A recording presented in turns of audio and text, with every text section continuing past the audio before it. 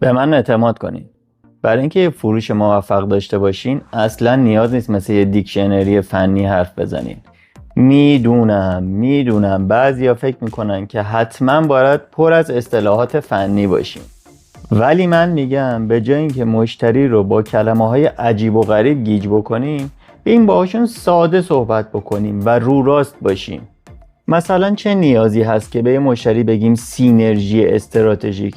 خب بهش میگیم آقا جان کارمون با هم جور در میاد.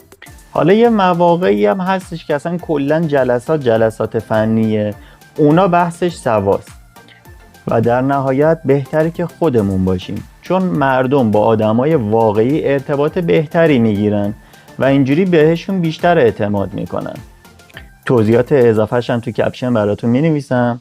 راستی یادتون که نرفته با معرفت‌ها لایک میکنن.